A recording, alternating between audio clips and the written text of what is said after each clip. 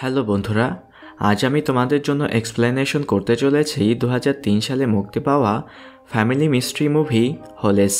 ছবির শুরুতে আমরা একটা মরুভূমি দেখতে পাই, যেখানে 13-14 বছরের একদল ছেলে গর্ত খুঁড়ছিল। তারা সবাই প্রকট রোদের মধ্যে কাজ করছিল, আর তাদের গায়ে ছিল কয়েদির পোশাক। তখন ব্যারিফিক নামের একটা ছেলেকে দেখতে পাই, যে কিনা এত কষ্টের মধ্যে কাজ করতে পারছিল না। এর থেকে মুক্তি পাওয়ার জন্য সে ইচ্ছা করেই একটা সাপের কামড় খায়। এরপর শহরের একটা দৃশ্য দেখানো হয়, যেখানে চতুর্থ স্ট্যানলি ইয়েলনেটস নামের একটা ছেলেকে দেখতে পাই, যার বাবার নাম তৃতীয় স্ট্যানলি ইয়েলনেটস, তার দাদার নাম দ্বিতীয় স্ট্যানলি ইয়েলনেটস, আর তার দাদার বাবার নাম প্রথম স্ট্যানলি ইয়েলনেটস। তার পারিবারিক নামটা যেন কোনো এক রাজ পরিবারের মতো করে ধারাবাহিকতাকে অনুসরণ করেছে। তার মাথায় হঠাৎ করে একজোড়া জুতা এসে পড়ে, যার কারণে সে মাটিতে পড়ে যায়। স্ট্যানলির পরিবার মানুষের পায়ের দুর্গন্ধ দূর করার উপায় খুঁজতে গবেষণা করছে, তাই স্ট্যানলি দুর্গন্ধযুক্ত জুতাটা তার সাথে নিয়ে যায়। কিন্তু পুলিশ তাকে গ্রেফতার করে নেয় এক সম্মানী ব্যক্তির জুতা চুরি করার অভিযোগে। পুলিশ স্ট্যানলিকে নিয়ে তার বাসায় চলে আসে, আর সেখানে অনেক জুতা দেখে তারা অবাক হয়ে যায়। পুলিশ মনে করে স্ট্যানলির বোধহয় জুতা কালেকশনের শখ আছে, তাই সে কারণে সে সুপারস্টারে জুতা চুরি করেছে। স্ট্যানলির পরিবার মনে করে তাদের ওপর এক পুরনো অভিশাপ আছে, তাই হয়তো স্ট্যানলিকে পুলিশের ঝামেলায় পড়তে হয়েছে। এরপর তাকে কোর্টে তোলা হয়, যেখানে বিচারক তাকে শুধরানোর জন্য ক্যাপ গ্রিন পুকুর নামের একটা জেলে পাঠায়, যেখানে তাকে 18 মাস রাখা হবে, আর তাকে দিয়ে কষ্টকর কাজ করানো হবে। এই জেলটা ছিল মরুভূমির মাঝে, যদিও জেলের নামের সাথে পুকুর শব্দটা আছে, কিন্তু জেলের আশেপাশে কোনোই পুকুর নেই। তবে 100 বছর আগে এখানে একটা বিশাল পুকুর ছিল। স্ট্যানলিকে জেলারের কাছে নিয়ে আসা হয়। সে স্ট্যানলিকে বলে, তুমি আজ থেকে আমাকে মিস্টার স্যার বলে ডাকবা, আর তাকে সতর্ক করে বলে কখনোই এই জেল থেকে পালানোর চেষ্টা করবে না, আর সেটা কখনো সম্ভবও হবে না, কেননা মরুভূমিতে তুমি পানির অভাবে তৃষ্ণায় মারা যাবে, আর তার সাথে মরুভূমির বিষাক্ত বিচ্ছু আর ভয়ঙ্কর প্রাণী তো আছেই। এরপর তাকে একটা জেলের পোশাক আর একটা বেলচা দেওয়া হয়। সেখানে আমরা মাদার নামের একটা লোককে দেখতে পাই, যাকে স্ট্যানলির দেখাশোনার কাজ দেওয়া হয়েছে। সে বাকি বাচ্চাদের সাথে স্ট্যানলিকে সাক্ষাৎ করায়। বাকি সব বাচ্চাদের আসল নাম বাদ দিয়ে কিছু আজব নাম দেওয়া হয়েছে, যেমন এক্সরে, আম্পেট, জিগজ্যাগ, বারিফেগ, জিরো, আরও কত কি। এদের মধ্যে জিরো সবচেয়ে ছোট। তার নাম জিরো দেওয়ার কারণ হলো সে কখনোই কথা বলে না, এর জন্য সবাই তাকে জিরো বলেই ডাকে। স্ট্যানলিকে ব্যারিফেগের জায়গায় থাকতে দেওয়া হয়, কেননা ব্যারিফেগকে একটা সাপে কামড়িয়েছে, তাই সে অন্য জায়গায় আছে চিকিৎসার জন্য। দুপুরের খাওয়ার সময় বাকি বাচ্চারা জানতে চায় সে জেলে কেন এসেছে। স্ট্যানলি বলে তাকে এক সুপারস্টারের জুতা চুরির মিথ্যা অভিযোগে জেলে পাঠানো হয়েছে। সেই জুতাটা লিংস্টার নামের এক সুপারস্টারের ছিল, যে কিনা তার জুতাটা একটা অনাথ আশ্রমে দান করে দিয়েছিল। স্ট্যানলির বক্তব্য শুনে জিরো প্রথমবারের মতো মুখ খুলতে বাধ্য হয়, আর সে জানতে চায় জুতায় কি লাল রঙের দাগ ছিল। উত্তরে স্ট্যানলি বলে হ্যাঁ ছিল। রাতে ঘুমাতে গেলে স্ট্যানলির তার দাদার বলা প্রথম স্ট্যানলি ইয়েলনেটসের গল্প মনে পড়ে। প্রথম স্ট্যানলি ইয়েলনেটসের মাধ্যমেই তাদের পরিবারে অভিশাপ ঢুকেছে। স্ট্যানলি ইয়েলনেটস শেয়ার মার্কেট থেকে অনেক টাকা ইনকাম করেছিল, কিন্তু একটা মেয়ে তার সব কিছু ধ্বংস করে দিয়েছিল, যার নাম কিসেনকেট বার্লো। সে ছিল একটা ডাকাত। ব্যবসায়ীদের সম্পদ লুট করা ছিল তার নেশা, আর যাদেরকে সে লুট করত তাদের মুখে বার্লো একটা চিহ্ন রেখে দিত। স্ট্যানলি ইয়েলনেটস যুবক বয়সে এক মালিকের শূকরের দেখভাল করত, কিন্তু সে তার মালিকের মেয়ের প্রেমে পড়ে যায়, আর তাকে পাওয়ার জন্য সে একটা জ্যোতিষীর কাছে হাজির হয়, যার নাম madam Geronimo. Stanley ইয়েলনেটসকে madam Geronimo বলে ওই মেয়েটাকে তোমার ভুলে গিয়ে নিজের জীবনকে উজ্জ্বল করতে আমেরিকায় চলে যাওয়া উচিত। কিন্তু সে জেরোনির কথা না শুনে তার মালিকের কাছে চলে আসে তার মেয়ের সাথে বিয়ের প্রস্তাব নিয়ে, কিন্তু তার মালিক রাজি হয় না। এরপর তিনি আবারও জেরোনির কাছে আসে। জেরোনি স্ট্যানলি ইয়েলনেটসকে বলে তুমি যদি সত্যি তোমার মালিককে রাজি করাতে চাও, তবে একটা শূকরের বাচ্চা পাহাড়ের উপরে নিয়ে গিয়ে সেখানে থাকা পুকুরের পানি পান করাও, যাতে করে শূকরটা দ্রুত অনেক বড় হয়ে যাবে। আর এই শূকরের বদলে তুমি তোমার মালিককে রাজি করানোর চেষ্টা করো। স্ট্যানলি ইয়েলনার্স জেরনির কথা মতো শূকরকে পুকুরের পানি পান করায়, আর শূকরটা বড় হয়ে যায়।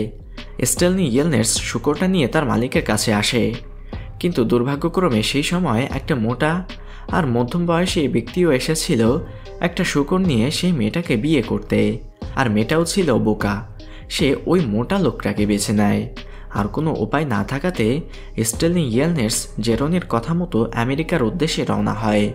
কিন্তু সে ভুল করে জেরনিকে দেওয়া একটা প্রতিজ্ঞা ভুলে যায়। জেরনি তাকে বলেছিল সে যেন জেরনিকে সেই পাহাড়ের উপরে নিয়ে যায়, আর তাকে যেন সেই পুকুরের পানি পান করায়। পাহাড়ের ওপরে থাকা পুকুরের পানি পান করালে জেরনি শক্তিশালী আর যুবতী হয়ে যেত। যেহেতু স্ট্যানলি ইয়েলনার্স জেরনির প্রতিজ্ঞা ভঙ্গ করেছে, তাই জেরনি স্ট্যানলি ইয়েলনার্সের পরবর্তী বংশধরদের একটা অভিশাপ দিয়েছে। এরপর আমরা চতুর্থ স্ট্যানলিকে দেখতে পাই। বেশ কিছুদিন কাজ করার পর স্ট্যানলি আয়ত্ত করে নিয়েছিল কিভাবে কাজ করতে হয়, কিন্তু সেখানে থাকা কোনো বাচ্চাই জানতো না কেন তারা দিনের পর দিন এভাবে গর্ত ঘুরে চলেছে। স্ট্যানলি তার পরিবারের কাছে একটা চিঠি লেখে, যেখানে সে তার কষ্টের কথা বলে না, যাতে করে তার পরিবার তাকে নিয়ে দুশ্চিন্তা না করে। একদিন গর্ত করার সময় স্ট্যানলি অনেক পুরনো একটা জিনিস পায়। সে জিনিসটা মাদারের কাছে দেয়। মাদার তাকে বলে, একটা সময় এখানে অনেক বড় একটা পুকুর ছিল। সেই পুকুরটা বর্তমান শহরের মেয়রের দাদার ছিল, যিনিও তৎকালীন সময়ে এই শহরের মেয়র ছিল, আর তিনি পুরো শহরটাকে কন্ট্রোল করত। সেই সময় ওই এলাকায় একটা ছেলেও ছিল, যার নাম স্যাম, যে কিনা পেঁয়াজ বিক্রি করত। তার পেঁয়াজের বিশেষ গুণ ছিল, যার মাধ্যমে যে কোনো রোগ সেরে যেত আর মরুভূমির বিষাক্ত পোকারাও দূরে থাকত। স্যাম সেখানকার এক প্রাইমারি স্কুলের শিক্ষিকা ক্যাথরিনকে পছন্দ করত, তাই সে কিছু পেঁয়াজ ক্যাথরিনকে উপহার দেয়, আর ক্যাথরিন স্যামকে দেয় তার বানানো আচার। ক্যাথরিন ছিল খুবই সুন্দরী, তাই শহরের অনেক লোক তাকে পছন্দ করত। স্যাম ক্যাথরিনকে বলে, আমি তোমার স্কুলের ছাদ ঠিক করে দিব, তবে তার বদলে আমাকে তোমার আচার বানিয়ে খাওয়াতে হবে। ক্যাথরিন রাজি হয়ে যায়। ধীরে ধীরে তারা দুজন একে অপরের কাছে আসতে শুরু করে। এরপর একদিন ক্লাস শেষে মেয়রের ছেলে ক্যাথরিনকে বিয়ের প্রস্তাব দেয়, কিন্তু সে বিনয়ের সাথে তাকে মানা করে দেয়। স্যাম আর ক্যাথরিন যে ঘনিষ্ঠ হতে শুরু করেছে সেটা একদিন মেয়রের ছেলে দেখে ফেলে, আর রাগের বশে ক্যাথরিনের স্কুলে আগুন জ্বালিয়ে দেয়। ক্যাথরিন সাহায্যের জন্য পুলিশের কাছে আসে, কিন্তু পুলিশ তাকে সাহায্য তো করেই না, উল্টো আরও শাসিয়ে বলে খুব তাড়াতাড়ি স্যাম মারা পড়বে। ক্যাথরিন স্যামকে খুঁজতে খুঁজতে নদীর কাছে আসে, আর দেখতে পায় স্যামকে তারই নৌকাতে গুলি করে মেরে ফেলা হয়েছে। ক্যাথরিন স্যামের খুনের বদলা নিতে সেই পুলিশ অফিসারের কাছে আসে, আর তাকে গুলি করে মেরে ফেলে। ক্যাথরিন পুলিশের গালে তার ঠোঁটের চিহ্ন এঁকে দেয়, আর সে খুনি হিসেবে আত্মপ্রকাশ করতে শুরু করে। আর এই হলো সেই ডাকাত যাকে কিনা ছবির শুরুতে প্রথম স্ট্যানলি ইয়েলনার্সের সম্পদ ছিনতাই করতে দেখেছিলাম। ক্যাথরিন ধরা পড়ার পর শহরের মেয়র তার মাথায় বন্দুক ঠেকিয়ে তার কাছ থেকে ডাকাতি করা সম্পদের সন্ধান চাচ্ছিল, কিন্তু কেট কিছু না বলেই আত্মহত্যা করে মারা যায়। বর্তমান সময়ে এক্স-রে স্ট্যানলিকে বলছিল, তুমি যদি কোনো কিছু পাও তবে সেটা সরাসরি আমার কাছে আনবে। তারা স্ট্যানলিকে বন্ধু হিসেবে মেনেও নেয়, আর তার নাম রাখে খোদাই মানব। স্ট্যানলি যখন তার মায়ের চিঠি পড়ছিল তখন জিরো তার কাছে এসে বলে, স্ট্যানলি ভাই, আমি পড়তে জানি না, তুমি কি আমাকে পড়া শেখাবে? কিন্তু সারা দিন কাজ করার পর স্ট্যানলির কাছে তেমন কোনো সময় থাকতো না, তাই সে জিরোকে না করে দেয়। পরদিন খোদাই করার সময় স্ট্যানলি একটা জিনিস পায় যার গায়ে কেবি লেখা ছিল, কিন্তু সেটা এক্স-রে কেড়ে নিয়ে মাদারকে দেয় একদিনের ছুটি পাওয়ার জন্য। জিনিসটা যাচাই করতে শহরের মেয়র সেখানে আসে, আর এক্স-রেকে একদিনের ছুটি দিয়ে দেয়। মেয়র বাকি সবাইকে সেই জায়গা ঘুরে ফেলার আদেশ দেয়। মেয়র মূলত গুপ্তধন খোঁজার জন্য বাচ্চাদের দিয়ে এমন কষ্টকর কাজ করাচ্ছিল, যেটা ক্যাথরিন প্রথম স্ট্যানলি ইয়েলনার্সের কাছ থেকে ডাকাতি করেছিল। মিস্টার স্যার যখন সবাইকে পানি পান করাচ্ছিল তখন ম্যাগনেট সুযোগ বুঝে গাড়ি থেকে এক ব্যাগ বীজ চুরি করে নেয়। মিস্টার স্যার কিছুক্ষণ পর সেটা বুঝতে পেরে আবারও সেখানে আসে বীজের খোঁজ করতে। স্ট্যানলি ব্যাগটা সেরে রেখে সবাইকে বাঁচিয়ে নেয়, আর সে দোষটা নিজের ওপর চাপিয়ে নেয়। স্ট্যানলিকে শাস্তি দেওয়ার জন্য মেয়রের কাছে নিয়ে আসে, কিন্তু মেয়র উল্টো মিস্টার স্যারকে ধমক দেয় যে সে কেন স্ট্যানলিকে খোদাইয়ের কাজ ছেড়ে এখানে এনেছে। স্ট্যানলির চোখ পড়ে সেই রুমে থাকা একটা পোস্টারের দিকে, যেখানে কিচেন কেট বার্লোকে ধরিয়ে দেওয়ার বিজ্ঞাপন দেওয়া ছিল। স্ট্যানলি চলে আসে তার কাজে, আর তার বন্ধুরা তাকে হিরো মানতে শুরু করে।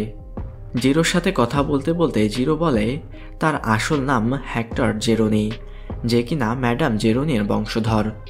তাদের মধ্যে বন্ধুত্ব আরও বাড়তে শুরু করে। একদিন জিগজ্যাগ স্ট্যানলিকে দুপুরবেলা মারতে শুরু করে। সে মেয়রকে বলে স্ট্যানলি জিরোকে পড়ালেখা শেখাচ্ছে, যার বদলে জিরো স্ট্যানলির জন্য খোদাই করে দেয়।